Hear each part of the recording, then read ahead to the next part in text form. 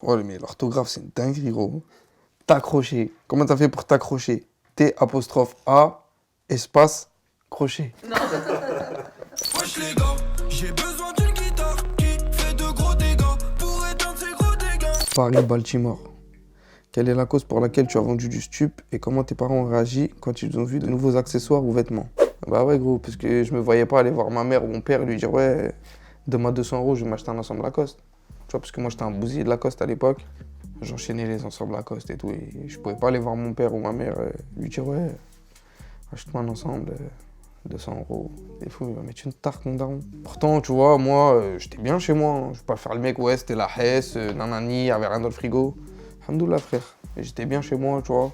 Mes deux parents, ils travaillent. Ça veut dire, on va pas faire les miskines, hein, comme on dit chez nous. Mais ouais, voilà, hein, j'ai vendu pour me faire plaisir, tu vois. Pour mon propre plaisir. Demain, je vais aller au grec, tu vois, des autres qui font de l'argent. Ils vont s'acheter des ensembles, ils vont manger au grec. Et non, toi, t'es là, t'as pas. T'es obligé d'aller, gros. Tu vas aller au charbon, tu vas récupérer un petit peu d'argent et tu vas te faire plaisir à toi aussi, tu vois. JLK, tu parles plus à Fianso? Oh, les rumeurs, rien. Bien sûr que si, je parle à Fianso. Je rentre toujours pas où les ingés, quand je les sens trop à jeun, je te ramène un sangé. Je parle à Fianso, on se voit plus trop, on s'est plus trop au téléphone, mais y a vraiment rien du tout, tu vois. Juste on s'est perdu de vue, tu vois.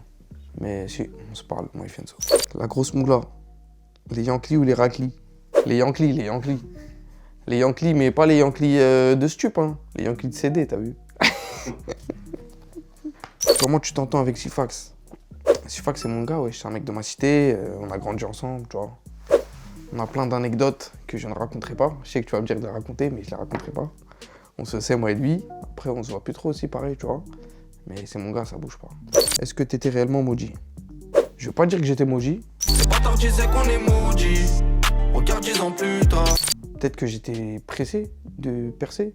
Et j'étais agité, gros. J'étais trop agité, tu vois. Là, j'ai pris en maturité, j'ai pris du recul. Et je peux comprendre pourquoi j'ai pas percé. Tu vois. Je croyais trop que la musique, c'était comme la rue, tu vois.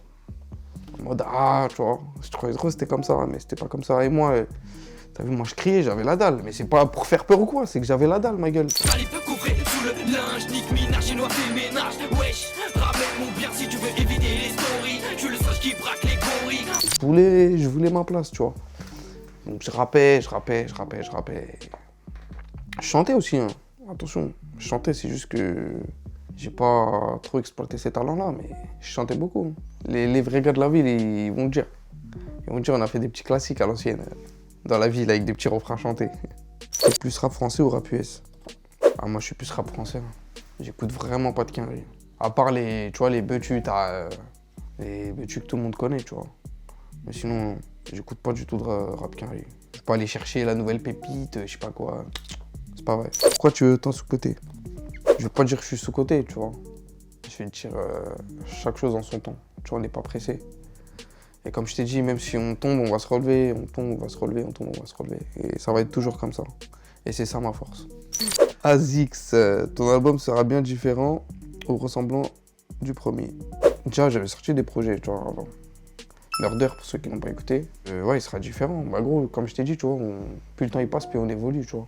Et sache qu'un rappeur, pour moi, à chaque morceau, il évolue, tu vois. À chaque morceau, il évolue. Donc, je peux pas dire que c'était comme avant, ce sera 1000 fois mieux. C'est obligatoire, tu vois. T-Max, T-H-E-M-A-X. C'est The Max ou T-Max ou c'est quoi le délire? Comment t'as fait pour en arriver là et comment t'as fait pour t'accrocher au rap avec les critiques? Bah figure-toi, mon grand, que c'est grâce aux critiques que j'en suis là. Et c'était ça ma force, mais vraiment. En fait, moi, je suis un mec, je kiffe qu'on me sous-estime. Dans tout, hein, que ce soit dans la vie, ou dans la musique, ou dans tout ce que tu veux. C'est un kiff. Je kiffe qu'on me sous-estime, pour de vrai. Et après, comme je t'ai dit, je suis dur avec moi-même. Ça veut dire qu'après, quand je prouve, je suis encore plus en kiff, ma gueule. La zone en personne. Tu joues un personnage où toutes tes punchlines sont suivies de vécus. Bah, frérot, moi, je suis anti-menteur. Hein. Je ne veux pas dire que je suis un voyou. Il n'y a pas de voyou dans le rap. Je préfère le dire tout de suite, que ça soit clair. Il n'y a pas de voyou dans le rap. Ça n'existe pas. Il n'y a que des mecs qui se débrouillent, tu vois. Des mecs qui sont débrouillés. Ouais, c'est du vécu. Et si c'est pas ma vie, c'est celle de mes proches, tu vois. Parce que moi, j'ai choisi la musique. Malheureusement, il y a des proches qui ont suivi le mauvais chemin. Mais